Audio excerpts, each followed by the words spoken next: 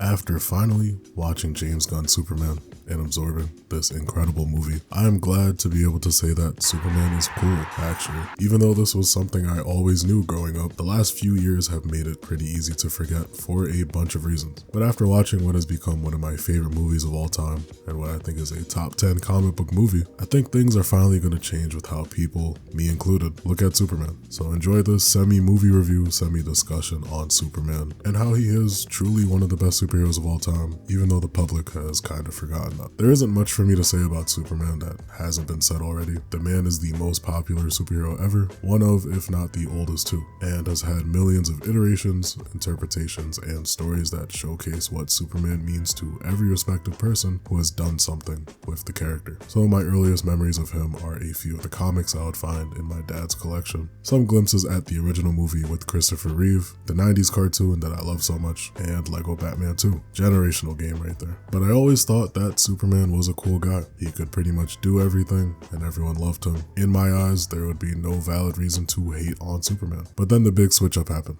Growing up, I also didn't care about live action stuff, so I wasn't exposed to a show like Smallville or a movie like Superman Returns. But with the MCU on the come up and me simply growing up, I turned my sights a little bit. Meaning my first time truly seeing a live action Superman was when Henry Cavill took over the role. In the brief times I've discussed DC, and more specifically the DCEU, I have not been shy about my feelings on Henry Cavill's Superman and Zack Snyder's approach to the character. I didn't see Man of Steel when it first came out, but when I got around to it, I did not like it at all. And while I don't think this version of Superman completely ruined the character, I really feel like you're lying to yourself if you think that it did nothing to negatively impact people's perception of him in some way. Whether that be him killing General Zod, dying in the universe's second movie, or the general robotic nature of this Clark Kent, it left me and a lot of people wanting more. With me specifically, a Superman that was more like the one I saw growing up. The DCEU Superman being a man who I felt barely smiled and was always bearing the weight of the world in a way that never made me feel warm, made me confused and bored about the angle that they took and how dark it felt compared to the brightness and good that Superman embodied so much in everything else that I saw him in. When we got a movie like Batman v Superman, the kind of contrast you'd expect with those two in a movie together wasn't there at all, because we already started with a darker, grounded Superman. Justice League did a little bit better with the whole absence of hope following Supes' death and the team scrambling to bring him back,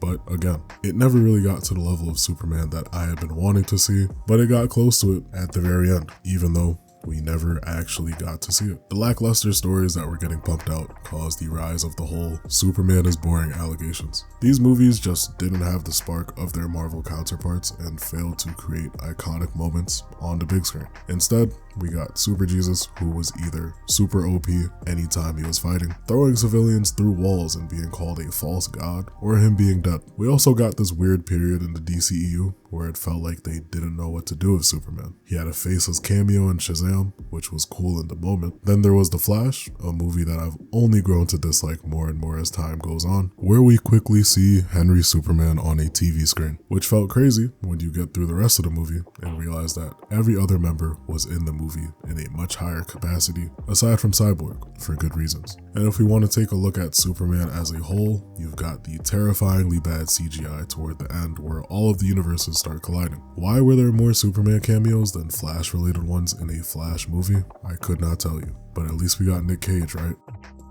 So it all got to a very awkward point, but at the same time though, I did feel like we were getting to a good place when Henry Superman showed up at the end of Black Adam. But because that movie was so bad, we'll never actually know. His suit was noticeably brighter, they were hyping up the Superman Black Adam matchup, and I did feel excited. My thought at the time was maybe they're finally about to get it right. In the same way, MCU Spider-Man had to go through a bunch of hoops and hurdles to just become the broke Peter Parker that we all wanted to see. I saw all of the darkness and dread that Henry's Superman went through as a rite of passage for him to finally become a happy Superman. But all of that went out the window when it was confirmed that he wouldn't continue moving forward. So unfortunately, his legacy will mostly be the hype moments and aura Superman. And I'm really trying not to laugh, but it's true, and I don't see him fighting those allegations anytime soon. I'll always respect him for being the Superman I grew up with, and never blame him for why I didn't like his Superman. The creative direction was just the polar opposite of what I wanted. Of course, Henry Cavill wasn't the only Superman of the last 10 years, but unfortunately, I tuned out of the Arrowverse as soon as the quality of The Flash started to go downhill, so I missed out on a show like Superman and Lois, and never got the time to sit down and watch it either. But all the things I've seen and heard from the show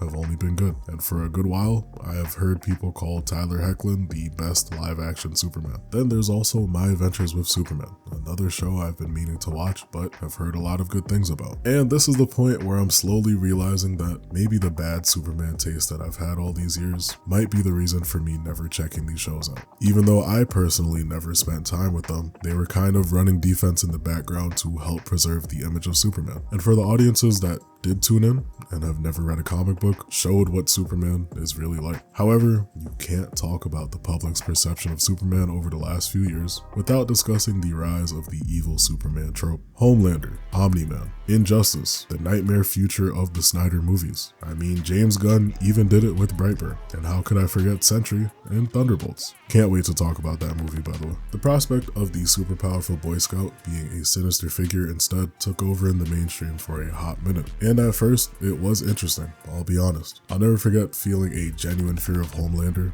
in the early days of The Boys, and Omni-Man killing the Guardians of the Globe at the end of episode 1 of Invincible hooked me right away, and a big part was because of him being the Superman figure of that universe. But the oversaturation of evil just made it extremely played out. Toss in the boring allegations I mentioned earlier, and I truly tuned out of everything Superman, despite loving him so much as a kid. So it only feels right that this Superman movie is out now, which brings us to today. As someone who's been waiting for this movie since that initial James Gunn DCU announcement video, actually sitting in that theater as the previews were running ahead of the first solo Superman movie in over 10 years felt surreal. But it all finally sank in when a guy walked past my row wearing a Superman shirt.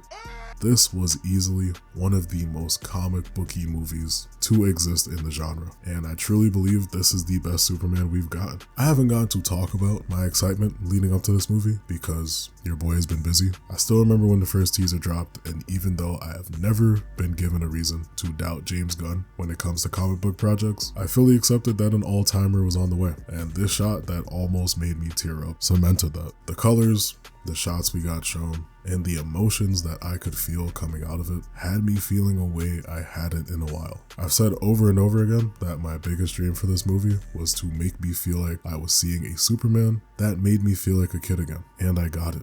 David Corenswet might be Superman for real. The way he embodies the character is something that I saw the potential for, but didn't think it would happen. And at times, he even surprised me with how far he went. As much as I didn't want the viewing experience to be me constantly comparing it to Man of Steel and Snyder's Superman, the number of times I asked myself, what were they doing? Got depressing. There was a mild discomfort I felt seeing Superman be so emotive and care about things, and I realized it was because I hadn't seen it in so long. I said it already, but I loved how much this movie felt like a comic brought to life. The DCU already exists. Metahumans have been around for hundreds of years, and when I initially thought it was going to be overwhelming, it all flowed pretty well. Anytime I watch a movie that I enjoyed as much as this one and try to formulate actual coherent thoughts, it gets so hard. But there was a lot to love about this movie. The Justice Gang, love them. Eddie Gathegi as Mr. Terrific is already a top tier casting, and I'm happy he finally gets to do cool stuff after getting killed off in one of the worst ways possible in X-Men First Class. Never doubted Nathan Fillion as Guy Gardner,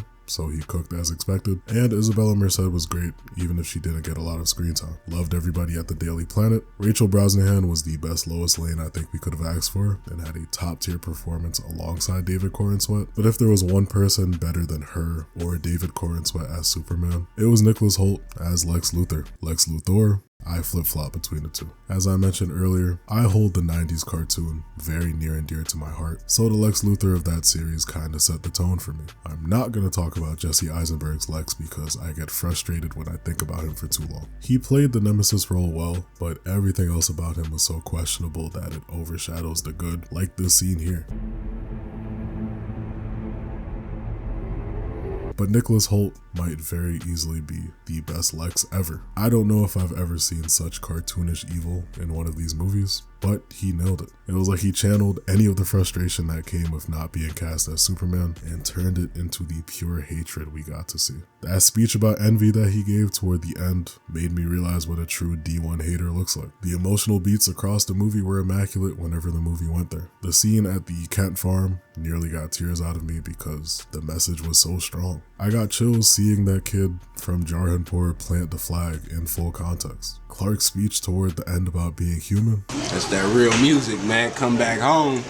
And speaking of music, I don't know what contract James Gunn signed with the devil, but the man knows how to fit music into a movie. With this being his first time putting a score like this together, he did not miss a beat at all. From Lex's theme to the track that everyone thought was a hidden Batman cameo, a lot of the chills that I got came from how good the music was. There was even some social commentary I did not expect to get from this movie that made me say, yeah, that's my Superman. And to top off the many good things about this movie without talking about it for an hour, I simply loved how great it looked. No matter how much I knock Man of Steel or the other Snyder movies, I cannot deny that those are some good looking movies, and some of the shots in them are truly works of art. Thankfully, this movie keeps up the tradition because there are some amazing looking scenes. I think there were like 3 core moments where the camera focused on the emblem on his chest, but specifically the very first flight sequence after he left the fortress and the camera panned to it, transitioning to the title card. I almost lost it.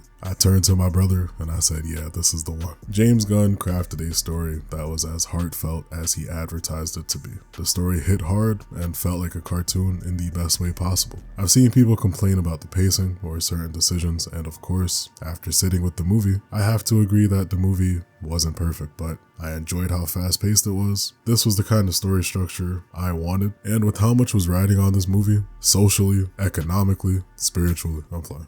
I just think this is the Superman that the world needs right now. Walking out, I felt like it was a 9 out of 10, but when it's all said and done, I could leave it at an 8.5 out of 10 if I nitpick it. 8 if I really just pick at everything wrong with the movie. But then I remember something I loved about it, and it jumps back to a 9 out of 10. Hashtag the gun don't jam. Hashtag the gun had an extended clip. It's just an amazing movie. I loved it. When I walked out of the theater, I overheard someone say that James Gunn has the best superhero movie post-Endgame. And I found it funny because a lot of people say the same thing about Guardians 3 when looking back at the MCU. James Gunn has managed to get another win under his belt, and now the DCU has the best start it could ask for. It's the perfect foundation that embraces the past well enough while also having its eyes set on the future. And that's a part of why I think it originally had the Legacy subtitle. I'm excited for Supergirl and Lanterns next year. I think the Clayface movie is going to start shooting soon. Excited for that. Might get our first look at DCU Batman in the near future. Who knows? I'll be honest with you. This movie put me fully onto the Pattinson for a DCU train. It's probably not going to happen, but it would be pretty cool. But all in all, it looks like we are finally getting the kind of DC cinematic universe that a lot of people have been yearning for years. This movie actually made me want to consume more Superman content. I might watch Smallville now. I'm gonna pick up some more Superman comics and read those. I just want more Superman content. If you enjoyed the movie as much as I did, let me know. Like and subscribe. As always, thank you for watching. Take care of yourselves and have a good one. You be in Miami with your family, those your brothers, ayy. When we split apart, there's the love between our mothers, ayy. No, we ain't together, but whatever. I still fuck with you. Used to get the numbers, selling flights to get them dirty blues.